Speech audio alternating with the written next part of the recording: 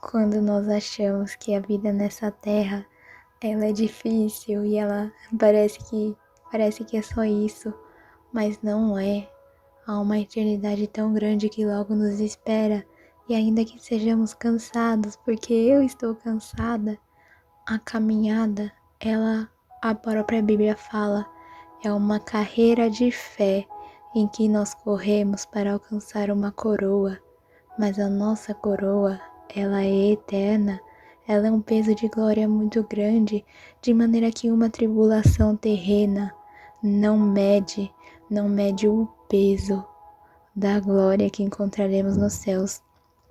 E aqui a gente lê Apocalipse 22, que vai descrever o paraíso, o que vamos encontrar, vai descrever a cidade que nosso Deus está preparando, tem preparado para nós.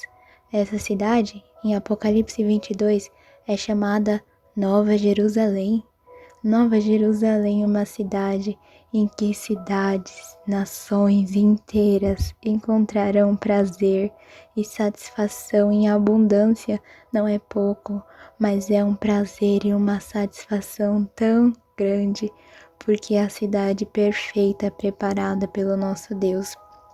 E aqui é uma descrição. Há um rio, o rio do paraíso, a sua nascente. Onde que esse rio nasce? Ele nasce do trono de Deus e do Cordeiro, Deus Pai, e a pessoa de Jesus, o Filho, o Cordeiro de Deus. E esta é a fonte do rio, é o trono do nosso Pai, de Jesus Cristo. E por que esse rio nasce do seu trono? É porque toda a graça, todo o conforto e glória que nós temos, elas vêm de uma fonte. E essa fonte é de Deus. Tudo que nós temos que é bom vem de Deus. E todos os rios, rios de felicidade, vêm dele, vêm do Pai, Deus, e passa para nós através de Jesus. Porque não poderíamos chegar até Deus. Porque diante de Deus nós não somos justos, não podemos ir até Ele por causa do nosso pecado, mas quando Jesus, ele entra mediando essa relação, Jesus, ele nos dá a sua justiça, então ele nos torna justos. Agora, olha a qualidade desse rio. Esse rio, ele é puro e claro como cristal, porque é um rio limpo justamente para dar vida. A vida, ela vem de quando as águas elas estão purificadas, refresca, é saudável. Não é aquele rio barrento, mas é um rio que vem de Deus e ele dá vida. Então ele é limpo e puro como cristal. E também nesse paraíso encontramos a árvore da vida.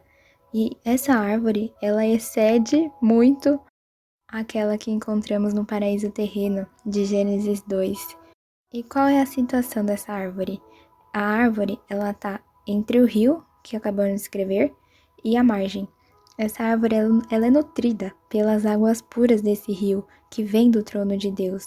Por quê? Porque a presença de Deus, ela é aquela que fornece a glória e a bem-aventurança dessa cidade. Então essas águas que são puras, como eu falei, elas são como cristais, elas que vão fornecer a fertilidade dessa árvore, porque a árvore necessita da água e ali ela se torna fértil, que ela necessita. Então, essa árvore ela vai produzir muitos frutos, porque ela é alimentada por Deus, é a boa-aventurança, é a felicidade, tudo que é bom vem de Deus. Então, se o rio, ele flui do trono do Pai, e ele vai para essa árvore frutifica, assim somos nós também. Quando a nossa fonte de vida, aquilo que está no âmago da nossa alma, ela vem de encontro com o que vem de Deus, se vem de Deus, então nós frutificaremos, seremos férteis. Então ela é apropriada, essa árvore é apropriada para o nosso paladar. Por quê? Porque nós dependemos de Deus, queremos o prazer que vem dele. Então nesse paraíso vai haver esse rio, aí esse rio no meio da margem vai ter uma árvore. E essa árvore nós podemos nos alimentar dela. E a descrição é que ela produz fruto o ano todo, de mês em mês. Essa árvore nunca está vazia, ela não é infrutífera, nunca. Sempre há fruto nela. Por quê? Porque no céu não há somente uma variedade de prazeres puros e satisfatórios, mas eles são sempre. Então temos essa variedade de prazeres puros e satisfatórios, mas eles continuam sempre frescos e agradáveis. Ou seja, no céu, a nossa felicidade, ela vem dessa presença de Deus que deixa tudo fértil, é aquilo que frutifica. Então a nossa saúde, a nossa felicidade, ela virá direto do trono de Deus. Imagina, até então, nós vivemos num mundo em que nascemos nessa semente do pecado, que é a semente do homem, do primeiro Adão. Mas quando nós formos manifestos como filhos de Deus, porque aceitamos Jesus, estamos no tempo da graça agora. Mas haverá o dia que estaremos no tempo da glória, porque teremos corpos glorificados. E agora a semente que vai frutificar não é a semente do pecado, mas é a semente que esmagou a cabeça da serpente. É bem linguagem da Bíblia mesmo, que é o que? Quando Jesus, ele veio à cruz, ele morreu, o sangue dele limpou os nossos pecados, porque o sangue de um justo cobriu a injustiça de tantos e tantos homens que o aceitaram. Então o sangue de Cristo nos cobre e ele nos torna limpos, de maneira que estaremos diante de Deus. E diante de Deus, ele nos aceitará como filho. Tem preparado uma cidade eterna para nós, uma Jerusalém. Essa cidade eterna, ela é frutífera. Por quê? Porque ela vem de Deus. Então essa árvore nunca estará vazia, mas ela dará uma continuidade de prazeres eternos aos filhos de Deus. E o fruto não só agradável, não somente agradável, mas é saudável. Aqui na Terra a gente encontra muita coisa que a gente gosta de comer porque é bom, mas dá uma diabetes e essas coisas, mas no céu não.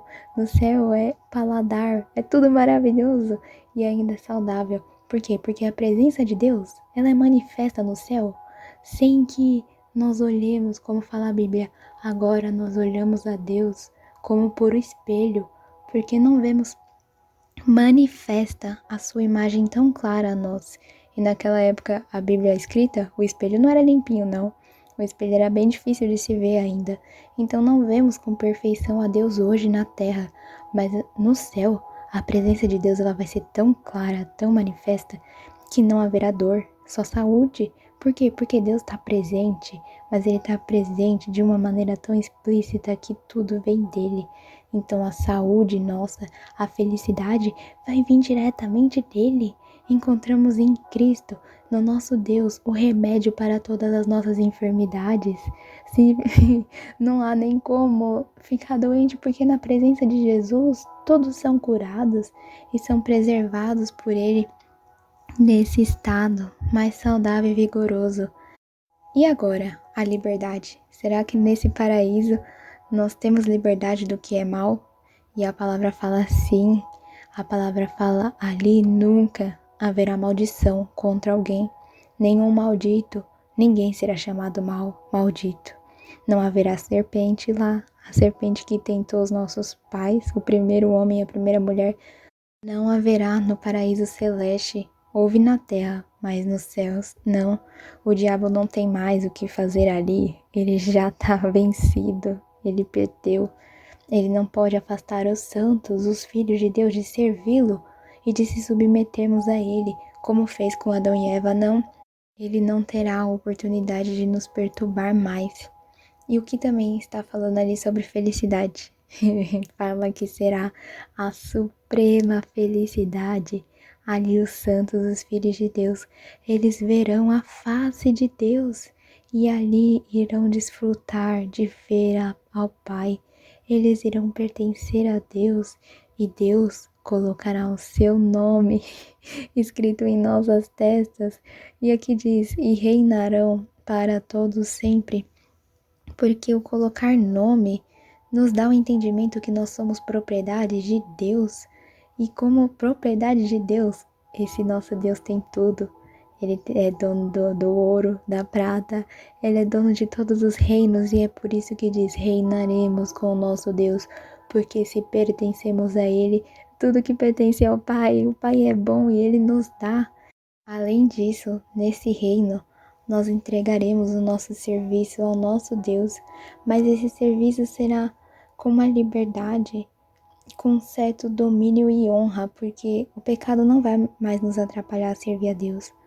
Mas nós seremos livres de todo pecado para servir ao nosso Deus em honra. E outra coisa é que o nosso conhecimento e alegria será perfeito, porque na terra nós precisamos ouvir a palavra e conhecê-la, mas nos céus tudo será revelado. Revelado, todas as dúvidas que temos hoje. Talvez a gente não precisa compreender tanto a grandeza de Deus. Eu não sei nem se no paraíso não é colocado aqui se nós compreenderemos a Deus, mas com certeza, o Senhor, Ele vai suprir cada uma das nossas dúvidas que não sabemos.